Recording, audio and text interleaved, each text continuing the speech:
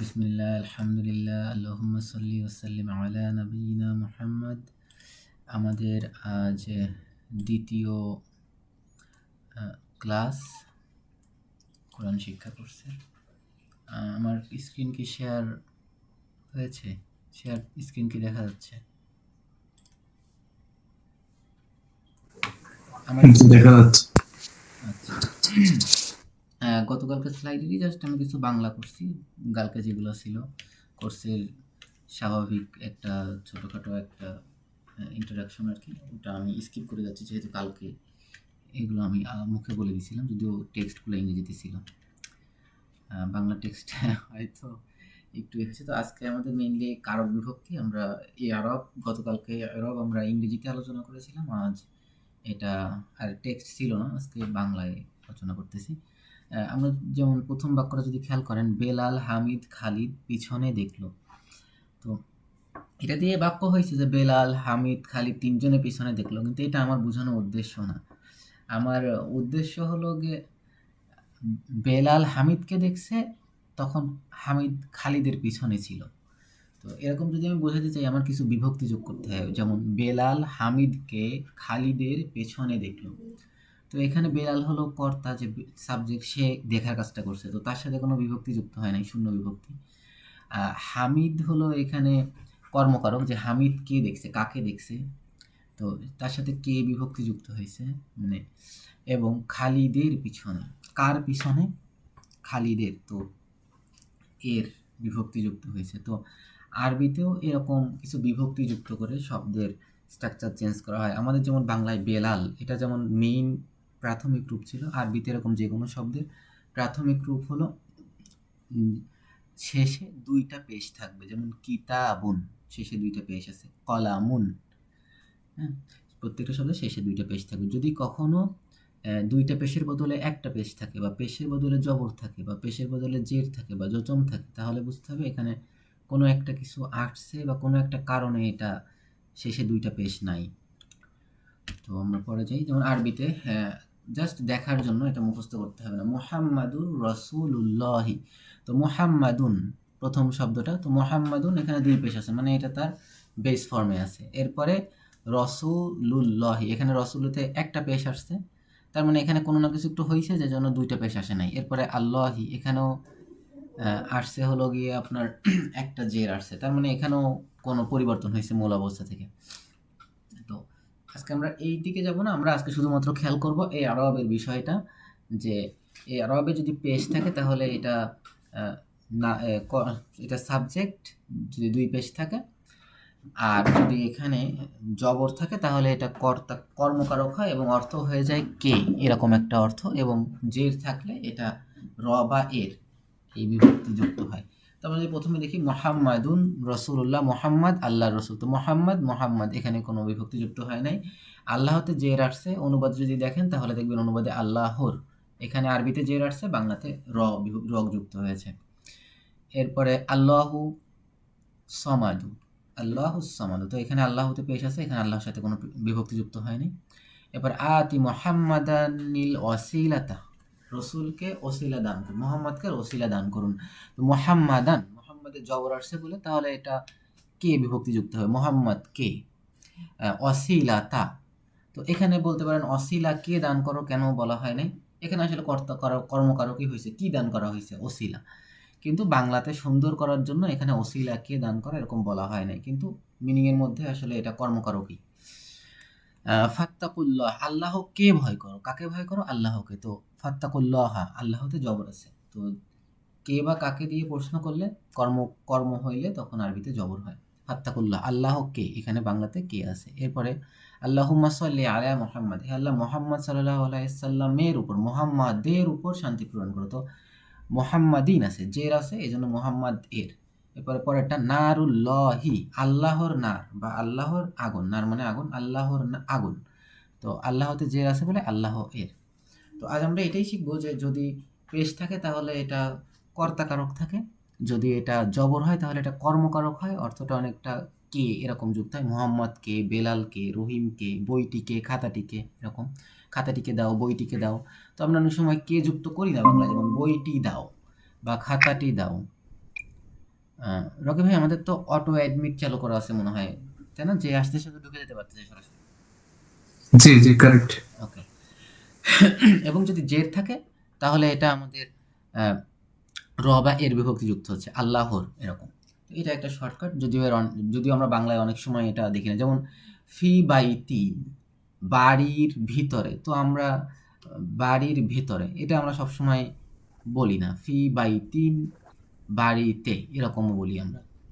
স্বাভাবিকভাবে সবসময় বাংলাতে এটার আমরা সরাসরি দেখতে নাও পারি। ইংরেজি হইলে এই দিক দিয়ে ভালো হইতো অনেক দিক থেকে। তবে এই স্পেসিফিক কর্মকারক ইংরেজিতে ধরা যায় না। তবে অধিকাংশ ক্ষেত্রে ইংরেজিতে থাকে, অফ থাকে, যেমন মুদাফ মুদাফিরের ক্ষেত্রে। যাই হোক, তো বাংলাতে আমরা সবসময় হয়তো র বা কয়েকা রেখে এটা আমরা সবসময় দেখব না। এর কারণ হলো বাংলাতে ভালো করে বলতে গেলে অনেক সময় এটাকে আমরা স্কিপ করে যাই, কিন্তু কর্মর দিকে খেয়াল করলে হবে। ওকে, নেক্সট। এখানে ওইটাই যে এই বাক্যটা রাআ বিলালুন, বিলাল দেখেছে। তো এখানে কর্তা হলো বিড়াল, দেখা কাজটা বিলাল করছে না, বিলাল পেশ পড়ছে। হামিদান, হামিদ কে দেখেছে। তো এখানে কর্ম কাকে দেখেছে? হামিদকে, যেন হামিদ জবর পেয়েছে। খলফা খলিদিন, খলিদের পিছনে। কার পিছনে? খলিদের পিছনে। তো এখানে খলিদের, এখানে যেহেতু র আসছে সেহেতু আরবিতে জের আসছে। তো এখানে আমরা ৩টা শব্দ মুখস্থ করতে পারলে খুবই ভালো হয়। বিলালুন, এটা হলো পেশের অবস্থা আছে, অর্থাৎ মারফু। পেশ থাকলে এটাকে মারফু বলে। হামিদান, হামিদকে, এটা মানসুব বা কর্মবাচক অবস্থায় আছে। এবং খালিদিন, এটা মাজরুর অবস্থায় বা জের অবস্থায় আছে। এটার অর্থ খালিদের এরকম হবে। তো মারফু, মানসুব, মাজরুর এভাবেই আরবিতে বলে যে এই শব্দটা মারফু অবস্থায় আছে, এই শব্দটা মানসুব অবস্থায় আছে, এই শব্দটা মাজরুর অবস্থায় আছে। এভাবে বলে না যে বিলালুন এখানে পেশ আছে, হামিদান এটা জবরের অবস্থায় আছে, খালিদিন এটা জেরের অবস্থায় আছে। এর কারণ ব্যতিক্রম আছে। অনেক সময় শব্দটা মারফু হইলেও শব্দটায় হয়তো পেশ নাই, কোনো কারণে পেশ সাধারণত থাকে, হয়তো অনেক সময় জের থাকে না।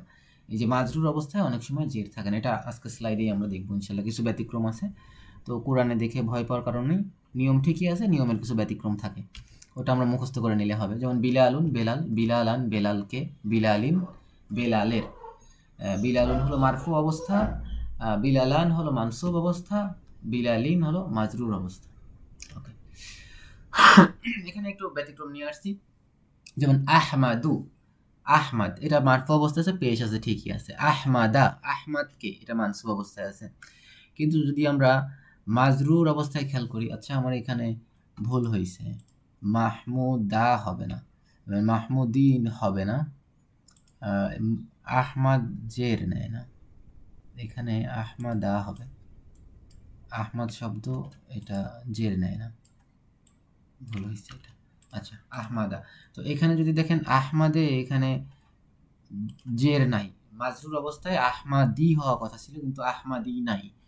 কারণ তারপরে এটাকে আমরা মাজরুর অবস্থা বলবো, আহমাদের, অর্থাৎ এটা মাজরুর অবস্থায় থাকলে আহমাদের অর্থ হবে, কিন্তু আহমাদ শব্দটা জের নেয় না, সে মাজরুর অবস্থায়ও জবর থাকে। কিছু কিছু শব্দ আছে কোনো পরিবর্তনই তাদের হয় না। যেমন হাজা মানে এটা, হাজা মানে এটাকে, হাজা মানে এটা। আপনার বাক্যের অবস্থা দেখে আপনার বুঝে নিতে হবে যে এখানে এটা কর্তা নাকি কর্ম, নাকি এটা আহ, র বা এর বিভক্তিযুক্ত হয়। সন্মুগ্ধবাচক,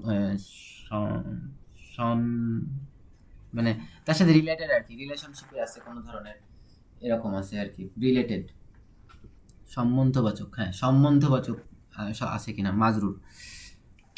এরপরে এখানে আমি কিছু এক্সারসাইজ দিছি, আপনারা একটু করার চেষ্টা করতে পারেন। যেমন হাসিমুন অর্থ হলো হাসিম, হাসিমান শব্দের অর্থ হাসিমকে, হাসিমিন শব্দের অর্থ হাসিমের। আল ওয়ালাদু অর্থ বালকটি, আল ওয়ালাদা অর্থাৎ বালকটিকে, আল ওয়ালাদি অর্থাৎ বালকটির। তো এখন কেউ কি একটু প্র্যাকটিস করতে পারবেন? হাদিকতুন মানে, আল হাদিকতু মানে বাগানটি, তাহলে বাগানটিকে বললে কি হবে?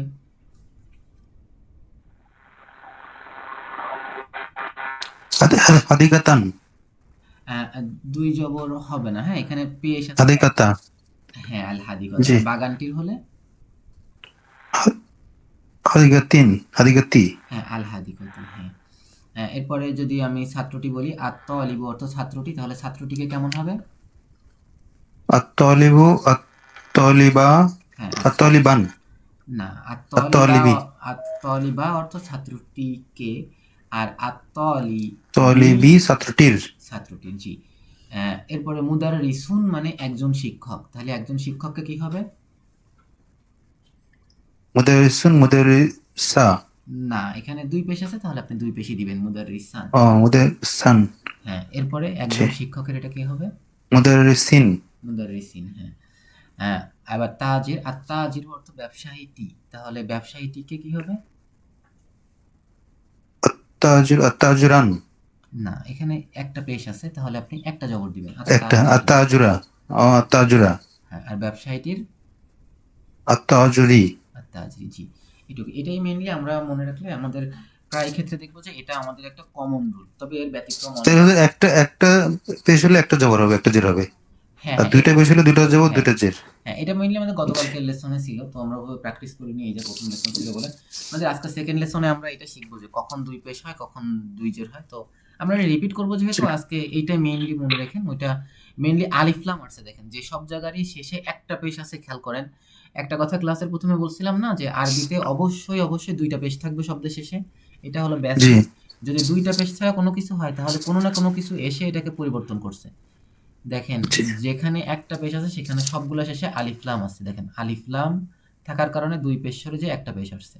এখানে আলিফ লাম থাকার কারণে একটা পেশ হয়েছে আর তালিবুতে। আর তাজরিতেও তাই, আলিফ এবং লাম আসার কারণে একটা পেশ হয়েছে। এবং আপনি যখন আত্তাজিরি বলছেন বা আত্তাজির বলছেন, তখনও তার সামনে আলিফ লাম ছিল বলে আত্তাজির বা আত্তাজিরি বলছেন। আলিফ লাম থাকলে তানবিন উঠে যে একটা করে দেয়, দুইটা পেশ থাকলে একটা পেশ করে দেয়, দুইটা জবর থাকলে একটা জবর করে দেয়, দুইটা জের থাকলে একটা জের করে দেয়।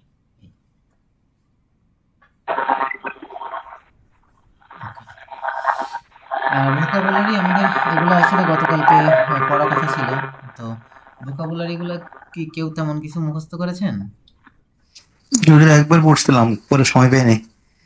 এটাই, এটা স্বাভাবিক, খুবই স্বাভাবিক। আপনাদের অবশ্য ভোকাবুলারিগুলো মুখস্থ করতে হবে আর কি, যেভাবেই হোক। এখানের ভোকাবুলারিগুলো সহজ, আপনি এমনি স্ক্রিনের দিকে না তাকিয়ে আমি জিজ্ঞেস করি, আপনি বলার চেষ্টা করেন। আমি আসলে এভাবে ওই যে এই ইসের মতো, ওই যে ফ্ল্যাশ কার্ডের মতো কিছু করার সুযোগ পাইনি বা টাইম পাইনি। আল্লাহু মানে কি?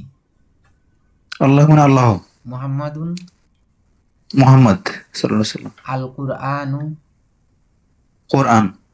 কোরআন, হ্যাঁ। আলিফ লাম আছে বলে আল কুরআনু হয়েছে, আলিফ লাম না থাকলে কুরআনুন হইতো। আল কাবাতু, এটার অর্থ? কাবা। হ্যাঁ। আল ইসলামু। ইসলাম। হ্যাঁ। আল জান্নাতু। বেহেশত, জান্নাহ। হ্যাঁ। আল মুমিনু। মুমিন। হ্যাঁ। আস সলিহু। আসলে সৎকার বান্দা না। জি। আল ফাসাদু। ফাসাদ মানে হচ্ছে সংঘর্ষ। হ্যাঁ, ফাসাদ মানে মানে ফাসাদ, সংঘর্ষ, অনাচার, করাপশন, যে দুর্নীতি। আল লিবাসু। পোশাক। জি। আল খালিকু। সৃষ্টিকর্তা। হ্যাঁ। মুসা। মুসা একজনের নাম। জি। জি। আশ শাইতানু। শয়তান। হ্যাঁ। আল বাতিলু। বাতিল মানে হচ্ছে যে অসত্য। হ্যাঁ, বাতিল, মিথ্যা। আল মুশরিকু। মুশরিক। হ্যাঁ, মুশরিক, এখানে আমার বাংলা অনুবাদ ভুল লেখা হয়েছে। মুশরিকু মানে শিরিক না, মুশরিকু মানে মুশরিক, শিরিককারী, ভুল হয়েছে, ঠিক করতে হবে। আর তাওবাতু। তওবা। জি। আর শাররু। শার মানে খারাপ, মানে গুনাহ। শাররু মানে ঠিক খারাপ, এটা ঠিক আছে, কিন্তু জি। গুনাহ না। শাররু মানে খারাপ, খারাপ বা মন্দ। আল ওয়ালিদ। পরে হচ্ছে আত্মীয়। না, ওয়ালিদু মানে পিতা। পিতা। জি। হ্যাঁ। আর জাকাতু। জাকাত। আর দিনু। দিন মানে ধর্ম। আর জাজাউ। সাজা হচ্ছে যে পুরস্কার। জি। আর ফিরআউনু। একজনের নাম ফেরাউন। হ্যাঁ। আল মুকাদ্দাসু। বাইতুল মুকাদ্দাস। মুকাদ্দাস হ্যাঁ, মানে বাইতুল হচ্ছে যে মুকাদ্দাস, জি পবিত্র বাড়ি, হ্যাঁ, পবিত্র। পবিত্র। আল মুবারাকু। মোবারক মানে ভালো। হ্যাঁ, মুবারকময়, বরকতময়, হ্যাঁ, ভালো। আসুরাতু। সূরা আল হামদু। প্রশংসা। আল হাশরু। জমায়েত হওয়া। হ্যাঁ, হাসর আর কি, হাসরের দিন, হাসর ওইটাই অর্থ। সূরা হাসর। জি। হ্যাঁ, ওই হাসর। আল হালালু, হালাল মানে পবিত্র। হ্যাঁ, হালাল মানে পবিত্র, হালাল, হুম, হালাল আর কি। আল কাফিরু, কাফির। আর রব্বু, কাফ, রব। রব, হুম, আশুক্রু, শুকর মানে শুকর, শুক্রিয়া, মানে হ্যাঁ, থ্যাঙ্কফুল। শুকর, শুকর, জি, আর তুফানু, তো মানে ঝড় নাকি বন্যা। হ্যাঁ, বন্যা, হ্যাঁ, ওই যে মুসা আলাইসাল্লামের সময় যেটা হয়েছিল, তুফান। আর জিক্রু, স্মরণ। জিকির হ্যাঁ, করা, স্মরণ স্মরণ, করা, স্মরণ করা। হ্যাঁ, কিন্তু এই জিকির কোরআনে অনেক জায়গায় কোরআন অর্থে ব্যবহার হয়েছে, হ্যাঁ, আমাদের এখানে জি কোরআনের জি। যে উদাহরণ সেখানে কোরআন আচ্ছা, অর্থে ব্যবহার হবে। আল কোরআন। খয়রু, খয়র মানে উত্তম। ক্ষয়, হুম, আচ্ছা ঠিক আছে। এরপরে এইটা আমাদের, আচ্ছা ঠিক আছে, আমরা আরেকটা স্লাইড বাকি। আর মুকাদ্দাসু, পবিত্র, মুবারাকুন, বরকতময় সূরাটা বলা হয়েছে, এটা রিপিট হয়েছে। আচ্ছা ঠিক আছে, তাহলে আমরা এবার কোরআনের এক্সাম্পলে কিছু চলে যাই। যেমন আচ্ছা। আমাদের যে শব্দগুলো ছিল, যেমন জাআলাল্লাহু কা'বাতা বাইতাল হারাম, এটাকে অনুবাদ করতে পারবেন? জাআলা মানে তৈরি করা, তাহলে কি বাকিটা অনুবাদ করতে পারবেন? চেষ্টা করেন তো, মনে হয় পারবেন। বাইতুল, বাইতুল মানে ঘর, হারাম মানে হচ্ছে পবিত্র। হ্যাঁ, আল্লাহ পবিত্র হারাম তৈরি করেছে। হ্যাঁ, আল্লাহ জাআলা বানিয়েছেন, আল্লাহ, আল্লাহ তাহলে এখানে কর্তা, আল্লাহ বানিয়েছেন। কা'বাতা মানে কি? কাবা শরীফ। না, আপনি এই যে জবরটা খেয়াল করেন, কাবা মানে কাবা, ও কিন্তু কাতে জবর আছে, তাহলে কি বলবো? কাবাতা, কাবা, কাবাকে। হ্যাঁ, আল্লাহ কাবাকে বানিয়েছেন। আল বাইতা, জি। বাইতে মানে বাইতে ঘরকে, কাবা ঘরকে। হ্যাঁ, কাবা ঘরকে। হারামা, আর আমার মানে পবিত্র, পবিত্র করেছেন। হ্যাঁ, তো বাংলায় যেমন অর্থ হয় যে আল্লাহ, এই কিছু কিছু শব্দে দুইটা কর্ম থাকে না, যেমন মা শিশুকে চাঁদ দেখিয়েছে, একটা কাকে দেখিয়েছে, কি দেখিয়েছে, এরকম এখানে এরকম দুইটা কর্ম আসছে, হ্যাঁ। একটা কর্ম হলো কাবা, যে কাকে বানিয়েছে, কাবাকে বানিয়েছে, আর একটা হলো কি বানিয়েছে, বাইতাল হারামা মানে পবিত্র ঘর। আল্লাহ শুক্র। কাবাকে বানিয়েছেন পবিত্র ঘর। জি। আচ্ছা, অথবা এটাকে আপনি আমাদের এইখানে এরকম, কিন্তু এই নিচে দেখেন বাংলা অনুবাদ করা আছে, আল্লাহ সম্মানিত গৃহ কাবাকে, সম্মানিত মাসকে, হাদি ও কলাইদকেও মানুষের কল্যাণের জন্য প্রতিষ্ঠা করেছেন। এর কারণ হলো এই আয়াতের বাকি কনটেক্সট পড়লে অর্থটা ওরকম হয়ে যাবে, অর্থ হয়ে যাবে আল্লাহ তার সম্মানিত গৃহ কাবাকে, এই পুরাটা একটা মানে সম্মানিত গৃহ কাবা একটা সেন্টেন্সের ফ্রেজ বলে ইংরেজিতে, বাংলায় এরকম এটাকে কি বলে, মানে এই পুরাটা মিলে একটা শব্দের মতো আচরণ করবে, তখন এই পুরোটা মিলে একটা অবজেক্ট হয়েছে আর কি। এই কিন্তু যদি আমাদের সেন্টেন্স এখানেই শেষ হতো, জাআল আল্লাহুল কাবাতাল বাইতাল হারাম, তো ওরকম অর্থ করার সুযোগ ছিল এই। এরপরেরটা করেন তো, মুহাম্মাদুন রাসূলুল্লাহি, পারবেন ইনশাল্লাহ? মোহাম্মদ আল্লাহ রাসূল।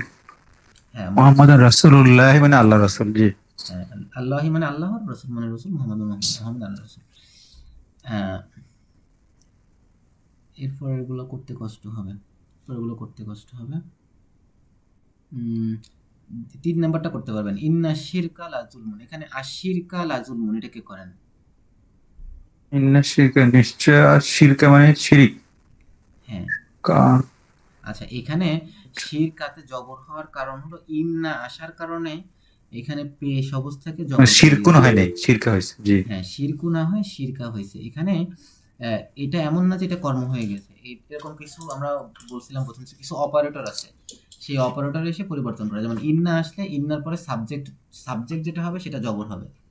এই তো এখানে শিরকা সাবজেক্ট, মানে বললাম না কিছু ব্যতিক্রম থাকবে, তবে আপনি 90% ক্ষেত্রেই আপনি পেশ দিলে এটা হলো গিয়ে জবরটা ধরে নেবেন, এবং এখানে পেশ দিলে সেটা হলো সাবজেক্টটা ধরে নেবেন, এবং এখানে জবর থাকলেও এটা কিন্তু মারফু আর কি, মানে যে পেশের স্টেট আর কি, যেটা বলে জবর, মানে এটা মারফু অবস্থায় আছে, মারফু অবস্থায় আছে, আর অ্যাটলিস্ট আমি শিওর না এটা, তবে অ্যাটলিস্ট এটা হলো এখানে সাবজেক্ট অবস্থায় আছে, কিন্তু ইন্না থাকার কারণে ইন্নার কাজ হলো তার ইসেমকে মানস ইসেমকে জবর দেয়, আর হলো গিয়ে এর যে খবর, খবরকে পেশ দেয়, যেমন খবর মানে হলো প্রেডিকেট, সাবজেক্ট এখানে শিরক, এটাকে সে জবর দিয়েছে, এবং এর যে প্রেডিকেট লাজুলমুন আউজিম, বড় জুলুম, এটাকে সে পেশ দিছে। এই এমনি নর্মাল ক্ষেত্রে দুটাই পেশ থাকে। এটা যদি ইন্না না থাকতো তাহলে হয়তো আশিরকু লাজুলমুন আযীমুন, নিশ্চয়ই শিরক বড় জুলুম, শিরক বড় জুলুম, কিন্তু ইন্না আসার কারণে সাবজেক্টটাকে জবর বানাই দিয়েছে। তাহলে আমরা পরবর্তীতে এই এটাও পারবেন ইনশাল্লাহ। হাজা অর্থ এটি, তাহলে হাজা হালালুন ও হাজা হারামুন মানে কেমন হতে পারে?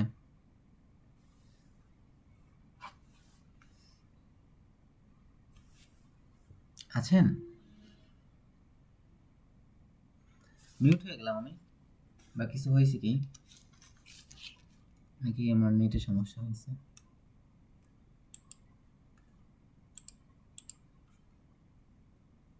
আসসালামু আলাইকুম,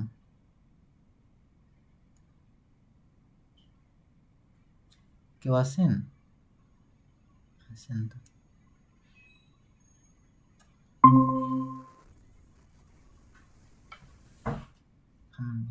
কেউ আছেন বলতে পারবেন, এটার অনুবাদ করতে পারবেন? ওদের আমার একটু ফোন আসছিল, ভুলে গেছি, ফোন আসতে দেখে নেট ছিল না। হ্যাঁ বুঝতে জি, পারছি, আমার ভাবছি এরকম কিছু হবে। আচ্ছা, হাজা শব্দের অর্থ এটি, তাহলে হাজা জি, হালালুন হাজা হারামুন এটার অর্থ কেমন হবে? এটা হালাল এটা হারাম। হ্যাঁ। আচ্ছা, এরপরে ওয়াসুলহু খায়রুন, অ শব্দের অর্থ হলো এবং, তাহলে ওয়াসুলহু খায়রুন কেমন হবে? ছিল অর্থ কিছু। সুলহু অর্থ মানে মীমাংসা করে দেওয়া। মীমাংসা সুলহ, মীমাংসা করে ভালো, হ্যাঁ, সুলহু মানে উত্তম। মীমাংসা, এটা ভার্ব না আর কি, জি, নাউন অবস্থায় আছে, তাহলে হ্যাঁ, এটাই ভালো। ঠিক আছে, তাহলে ইনশাল্লাহ শব্দগুলো করলে এরকম ইনশাল্লাহ এই ছোট ছোট বাক্যগুলো আমরা ইনশাল্লাহ অনুবাদ করতে পারবো। এরপরে হলো আমি এই পুরা যে শব্দগুলো আছে এর মধ্যে প্রায় 30টার মতো শব্দ যেগুলো আপনারা মুখস্থ করেছেন ওগুলার কোরআন থেকে আয়াত নিয়ে আসার চেষ্টা করছি ইনশাল্লাহ।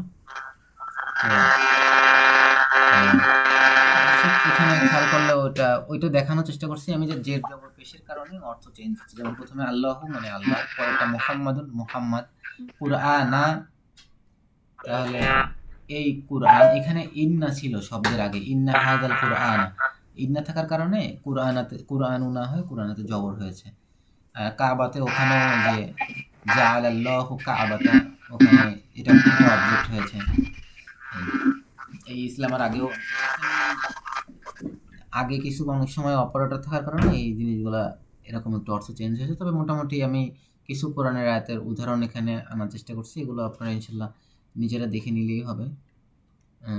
প্রথমে আমরা যে কয়টা প্র্যাকটিস করলাম ওরকমই আর কি এইখানে দেওয়া আছে মোটামুটি কয়েকটা। আচ্ছা, এরপরে এটা হলো, এটা গত লেসন তো গেল, এবার আজকের লেসনে মেইনলি, আজকের লেসনে আমরা মেইন শিখব যেটা আমি একটু আগেই বললাম যে যদি আল থাকে শব্দতে তাহলে আরবিতে মেইন শব্দের আগে দুই পেশ থাকে, যেমন মাসজিদুন, কালামুন, পাইতুন। কিন্তু যদি কোনো কারণে এর আগে এটাকে নির্দিষ্ট করতে হয়, যেমন মসজিদ মানে এ মসজিদ, যে কোনো একটি মসজিদ, আমি যদি বলি মসজিদটি, দা মসজিদ, দা যোগ করলে তখন আমার আল যোগ করতে হবে আগে, আর এই আল যোগ করলে ওই শব্দ থেকে দুই জবর দুই জের দুই পেশ থাকবে না, তার বদলে এক জবর এক পেশ বা এক জের হবে। যেমন আল মাসজিদু, এখানে মাসজিদুন শব্দের সাথে আল যোগ হওয়াতে আল আল মাসজিদু হয়ে গেছে। আর কমারুন মানে চাঁদ, তাহলে কমারুন মানে চাঁদ, এটাকে যদি আল যোগ করা হয় আল কমারু, চাঁদটি, তানবিন উঠে যে একটা পেশ হবে। আর একটা জিনিস হলো গিয়ে তা আল মারবুতা, তা মারবুত আরবিতে প্রতিটা শব্দই স্ত্রীলিঙ্গ এবং পুরুষলিঙ্গ। এটা আমাদের বাংলা ভাষায় নাই, ইংরেজিতেও নাই, স্প্যানিশে আছে, জার্মানিতে আছে, জার্মান ওদের ভাষায় আছে, এবং আরবিতেও এটা আছে যে প্রতিটা শব্দই হয় স্ত্রীবাচক হয় অথবা পুরুষবাচক হয়। তো এটা বোঝার 9টা উপায় আছে স্ত্রীবাচক শব্দ বোঝার, তবে আমরা প্রাথমিকভাবে এটা বলবো যে 95% শব্দ আপনার, বা যদি এটা মহিলা হয় তাহলে তার শেষে গোলতা থাকবে। তো প্রাথমিক ছাত্র হিসেবে আপনি গোলতা দেখেই বুঝতে পারবেন যে এটা স্ত্রী শব্দ। যেমন এখানে উদাহরণ দেওয়া আছে আল মাগফিরাতু, তো মাগফিরাতু শব্দের শেষে যে তা আছে গোলতা, এই জন্য এটা মহিলা শব্দ। তারপরে আল উমরাতু, ওমরা, এর শেষে গোলতা আছে, তাহলে এটাও স্ত্রীবাচক। আল্লাহ আনাতু, লানত দেয়া, তো লানাতু এটা শেষে তা আছে, এটাও স্ত্রীবাচক। আর নাদামাতু, নাদামাতু মানে অনুশোচনা, এটা শেষে তা আছে বলে এটা মহিলা। আল ইবরাতু, ইব্রতু মানে শিক্ষা, তো এখানে গোলতা আছে বলে এটাও মহিলা। আল মুসিবাতু, মুসিবত মানে মুসিবত বা বিপদ, তো এটা শেষেও গোলতা আছে, এটাও মহিলা। তো আমরা এখানে আর নতুন কোনো শব্দ আজ অ্যাড করিনি। কাল দেখলাম যে আসলে 35টা শব্দ হয়ে গেছে, অনেক জন্য কঠিন হবে। আমরা গতকালকের শব্দ থেকেই আমরা মহিলা শব্দগুলো বাছার চেষ্টা করি। যেমন এখানে কি আদৌ মহিলা শব্দ আছে গতকালকের শব্দের মধ্যে? মনে হয় না। না থাকলে আমরা কোরআনে চলে যাব। এই যে একটা তাওবাতু, আর তাওবাতু এখানে তাওবাত। মহিলা, এটা মহিলা। আসুরাতু এটা মহিলা। আর সাধারণত মহিলা মনে হয় আর কোনোটা নেই। আমরা একটু কোরআনে যে কিছুটা আমরা দেখি কোরআনের কোথাও থেকে, যে আমরা এটা স্ক্রিন অনেক বেশি জুম করতে হবে, কিভাবে জুম করা যায়? আমরা শেষের দিকে চলে যাই, যেসব জায়গায় আমরা চিনি সূরা সূরা কিয়ামা, আসর, এইসব জায়গা থেকে দেখি। এটা কি দেখা যাচ্ছে? আমার স্ক্রিন অনেক বেশি ছোট হয়ে গেছে, এটাকে জুমও করতে পারছি না আমি। অ্যারাবিক ফন্ট সাইজ অনেক বড় করে দিই। এবার কি দেখা যায়? ওদের কারো ইয়ে থেকে শব্দ আসতেছে। সবাই একটু মিউট করে দেন তাহলে ভালো।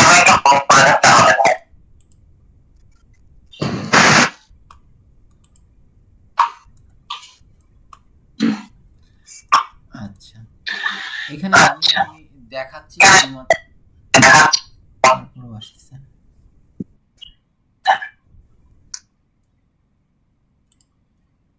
আপনারা একজন কথা বলেন তো, যে কোনো একজন। আমি আমারটাকে মিউট করে দেখি আমারটাই সমস্যা কিনা।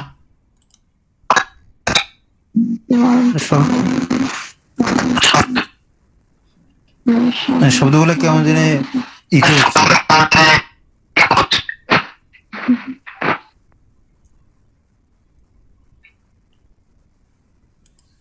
আমার মাইকে মনে হয় সমস্যা। মা ওলতা আচ্ছা, তাহলে আমরা দুইটা জিনিস খেয়াল করব। একটা হলো কি আলের ব্যবহারটা খেয়াল করব এবং তায়ের ব্যবহারটা খেয়াল করব স্ত্রীবাচক শব্দের ক্ষেত্রে। এবং আমরা আর যে জিনিসটা শিখেছি সেটা হলো কি জের জবর পেশের কারণে যে অর্থের চেঞ্জটা হয়েছে এরকম। আমি 98 নম্বর সূরা থেকে ধরছি, তাহলে আমাদের 1 2 3 4 5 6 7 8 9 10 11 12 13 14 15 16 17 এই 17টা সূরা থেকে আমি দেখাবো কোথায় কোথায় আল আছে। এতে প্রচুর পরিমাণে ব্যবহার আছে। যেমন এই প্রথমে আল কিতাবে, কিতাবে দেখেন এখানে জের আছে বলে কিতাবের এমন অর্থ হয়েছে। এরপরে তারপরেই এখানে আছে আল বাইয়িনাতু, এখানে আলিফ লাম থাকার কারণে বাইয়িনাতু, দুই পেশ নাই, একটা পেশ হয়েছে বাইয়িনাতু। এবং এটা অকাট্য প্রমাণ, এটা হলো সাবজেক্ট হিসেবে আছে, মানে এটা হলো মারফু অবস্থায় আছে এবং এখানে গোলতা আছে, মানে এটা হলো মহিলা। এরপরে এখানে সুহুফান আছে, মুতাহহারাতান আছে, তার মানে দুইটাই হলো অবজেক্ট অবস্থায় আছে। এরপরে ফিহা কুতুবুন কয়িমা, সঠিক বিধানাবলী, এটা আমাদের পড়া হয় না কিন্তু মানে পেশ অবস্থায় আছে, মানে এটা মারফু অবস্থায় আছে। এরপরে আল কিতাবা, কিতাব কে হবে, এখানে বাংলা ভাষায় সুবিধার জন্য কে দেয় নাই, তাদেরকে দেয়া হয়েছিল কিতাব কে। এখানে আল কিতাবা আলিফ লাম আছে এখানে। এই বাইয়িনাতু এখানেও এটা মহিলা শব্দ এবং আলিফ লাম আছে, আলিফ লাম থাকার কারণে দুইটা পেশ না হয় একটা পেশ হয়েছে।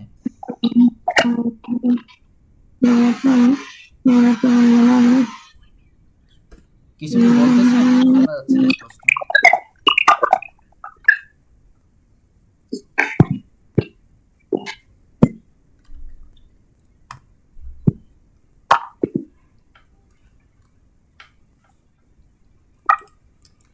আচ্ছা, আমরা যেটা করতে পারি যে আপনারা হলো কোরআন এভাবে বের করে দেখে হলো গিয়ে রিকগনাইজ করতে পারেন যে কোথায় কোথায় আল যুক্ত হয়েছে। আল যুক্ত হওয়ার কারণে দুই পেশ থেকে এক পেশ হয়েছে। যেমন এখানে আমি এই যদি এই আটটাতেই দেখি, এখানে আস-সলাতা, এখানে আলিফ লাম যোগ হওয়ার কারণে সলাওয়াতুন থেকে সলাতা হয়েছে এবং গোলতা আছে, তেমন এটা মহিলা। এবার ঝাকাতা, এটা গোলতা থাকার কারণে এটাও মহিলা। এবং এখানে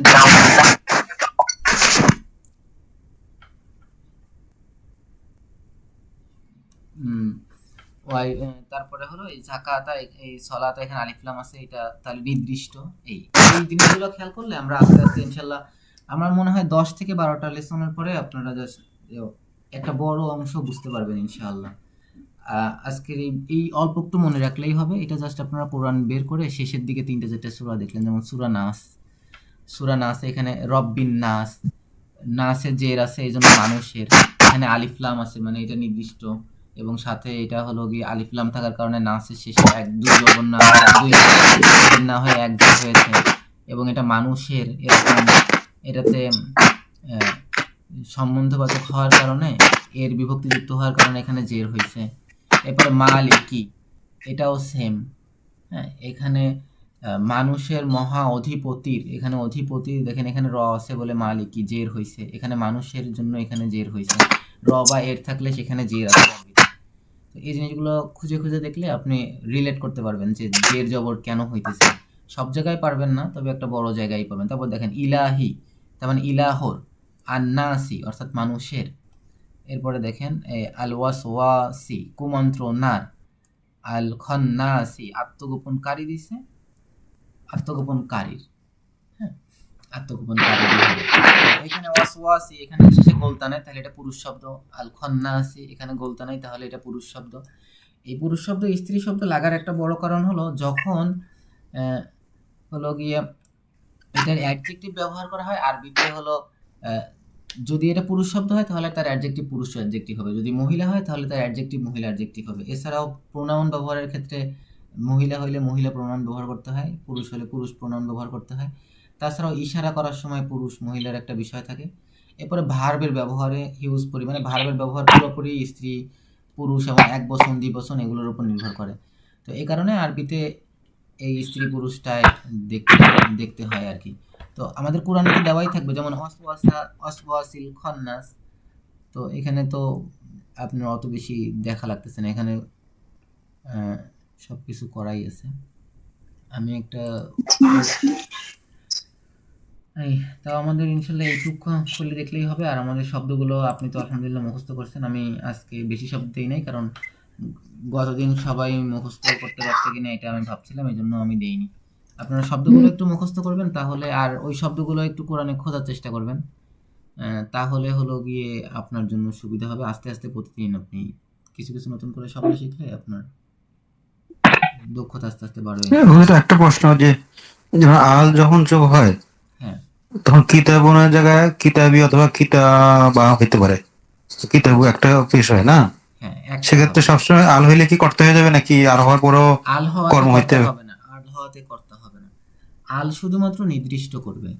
আর যদি কোনো শব্দ অলরেডি নির্দিষ্ট থাকে তাহলে সেখানে আল কখনো যুক্ত হবে না। যেমন মুসা, মুহাম্মদ, এগুলো তো নির্দিষ্ট, তাই না? মুসা একজনের নাম, মুহাম্মদ একজনের নাম, তাহলে এখানে আল যুক্ত হবে না। এরপরে আমি যদি বলি আমার বই, রহিমের বই, করিমের বই, বা যদি বলি শিক্ষকের বই, তাহলে বইটা কিন্তু অলরেডি নির্দিষ্ট হয়ে গেছে, এটা শিক্ষকের বই, এটা করিমের বই। সেক্ষেত্রে ওই শিক্ষকের নামের সাথে আল যোগ হবে না। সেক্ষেত্রে শিক্ষকটা অলরেডি নির্দিষ্ট, মানে আল আসেই নির্দিষ্ট হওয়ার জন্য। কোনো কারণে যদি ওই কনটেক্সটে ওই শব্দটা অলরেডি নির্দিষ্ট থাকে, হ্যাঁ, বা গ্রামাটিক্যাল অন্য কোনো রুলের কারণে ওই জিনিসটা নির্দিষ্ট হয়, তাহলে সেখানে আলো আসবে না। আলের একটা মাত্র কাজ, কোনো একটা শব্দকে জোর করে নির্দিষ্ট করার জন্য আল যুক্ত করে দেওয়া হয়। আর যদি সেই শব্দটা নির্দিষ্ট থাকে আগে থেকে তাহলে আর আলের প্রয়োজন হয় না, তাহলে আল ছাড়াই ওটাকে এক পেজ বা এক জবর থাকে, আল ছাড়া। যেমন আমি একটা উদাহরণ দেখাই, একটুখানি কোরআন খুঁজলেই পাবো, স্ক্রল করলে যে এরকম, এই যে এইটাই আছে যে বি রব্বিল ফালাক। এই দেখেন বি রব্বিল ফালাক, এখানে সোর্সটার নিকট, সোর্সটা কিন্তু এখানে নির্দিষ্ট। হ্যাঁ, এখানে কিন্তু একটা আসছে, বি রব্বিন আসে নাই। খেয়াল করে দেখা যাচ্ছে কি স্ক্রিন?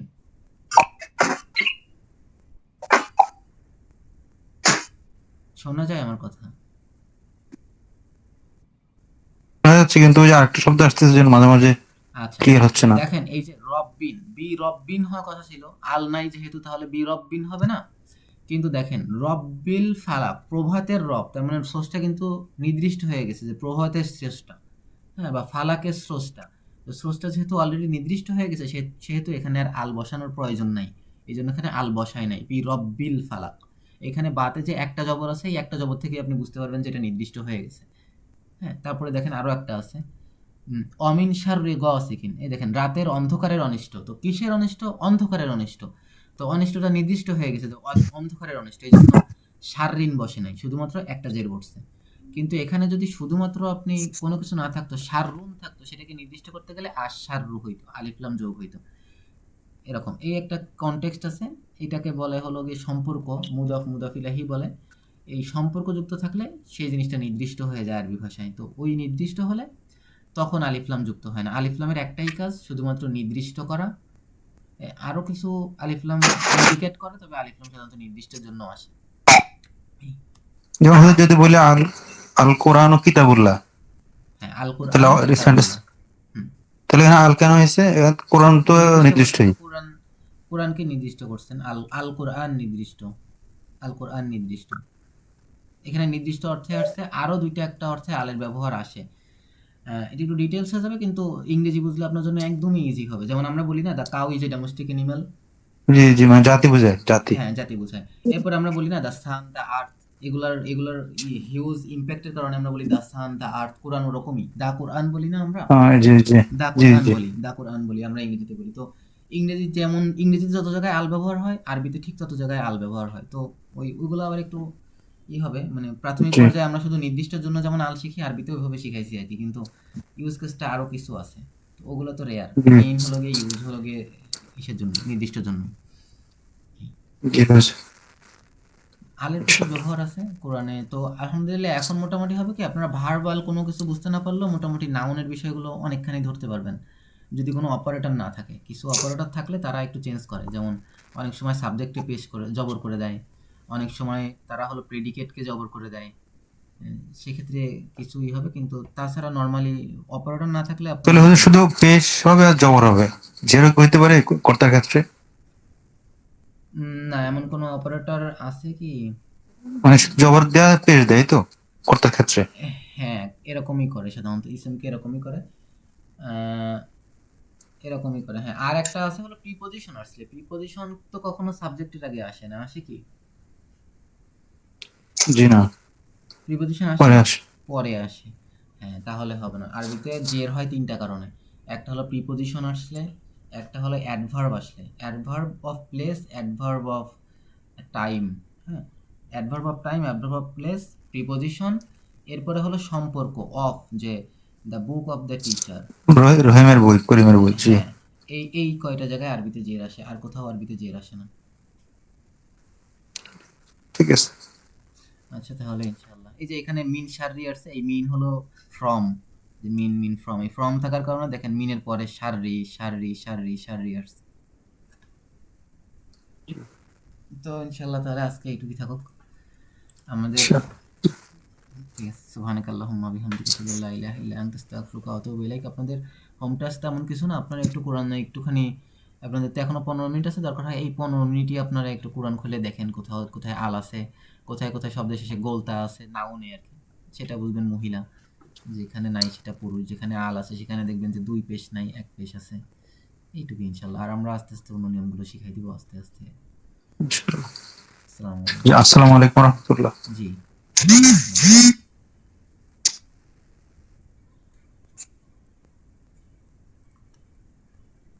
OBS রেকর্ড করে নাই।